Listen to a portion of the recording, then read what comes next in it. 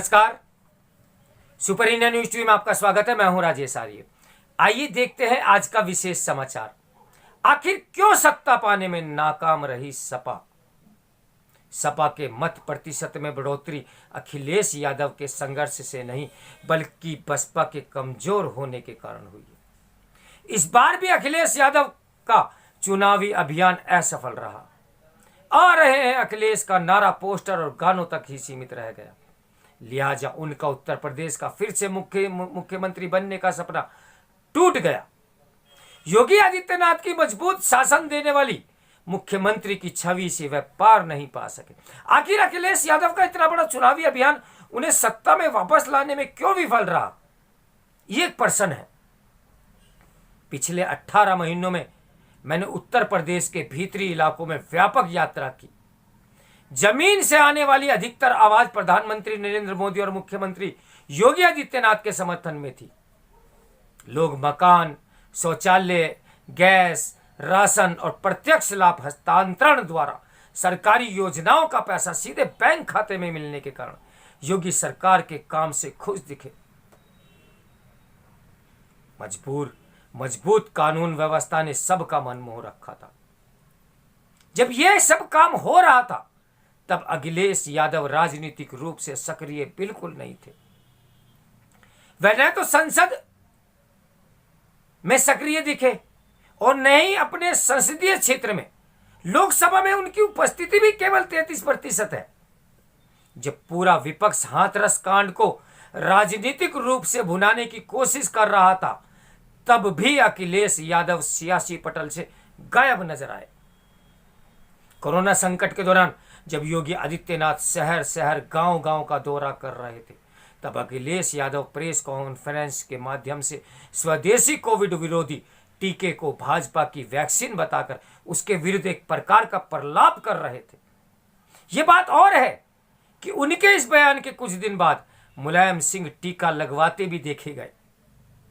उत्तर प्रदेश विधानसभा चुनाव से करीब 3 महीने पहले अखिलेश यादव सक्रिय हुए। संभव है कि तब तक उन्हें और उनकी टीम को यह एहसास हो गया होगा कि करोड़ों लाभार्थियों की मोदी योगी के समर्थन में उठ रही आवाजों का मुकाबला नहीं कर पाएंगे।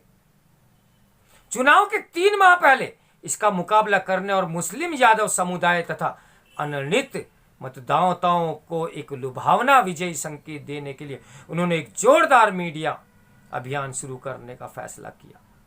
आ रहे हैं अखिलेश के नारे के जरिए उन्होंने अपनी पार्टी के कार्यकर्ताओं को यह बताने की कोशिश की कि समाजवादी पार्टी का शासन वापस आ रहा है। इससे समाजवादी पार्टी के कार्यकर्ताओं में अतिरिक्त उमंग और उत्साह भर गया। सपा की रैलियों में इस शोर शराबे वाली भीड़ में ने कई कथित राजनीतिक विश्लेषकों, पत्रकारों में यह भ्रम पैदा कर दिया कि योगी जा रहे हैं और अखिलेश आ रहे हैं। इस प्रकार अखिलेश यादव अपने ही प्रचार तंत्र का शिकार हो गए। शायद इस मीडिया विमर्श के आधार पर उन्होंने अपनी जीत पक्की समझ ली।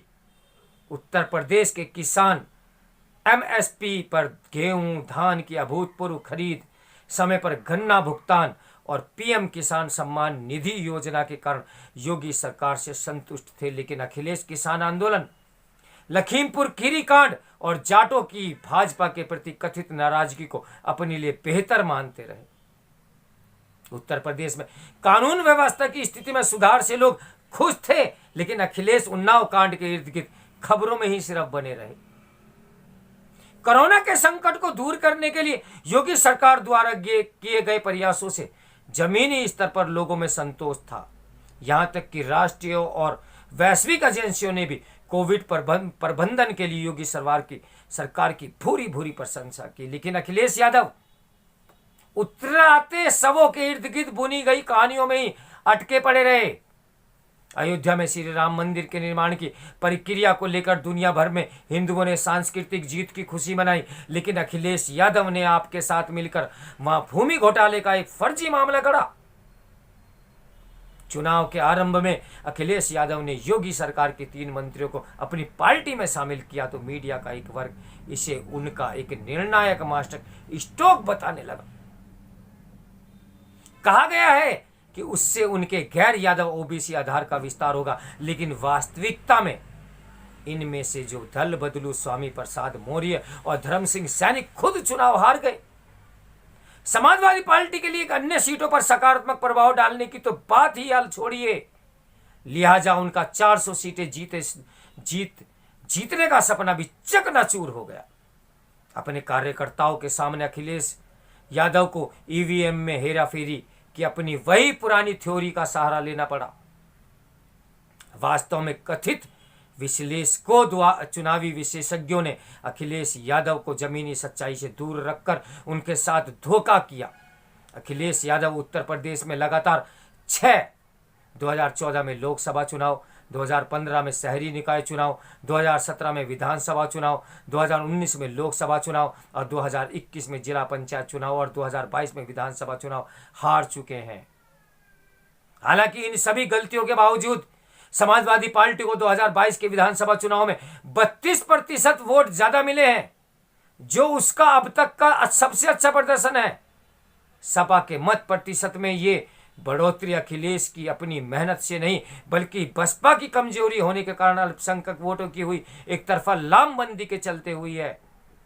इस वोट शेयर का ऊपर जाना समाजवादी पार्टी के लिए तब तक नामुमकिन लगता है जब तक कि अखिलेश यादव गैर चुनावी समय में अपने निर्वाचन क्षेत्र में जाना शुरू नहीं करते, लोगों को मुद्दे से उठाना शुरू नहीं कर देते और सदा सक्रिय रहने वाले पूर्णकालिक राजनीतिक नेता नहीं बन जाते, अपने पिता मुलायम सिंह यादव की तरह।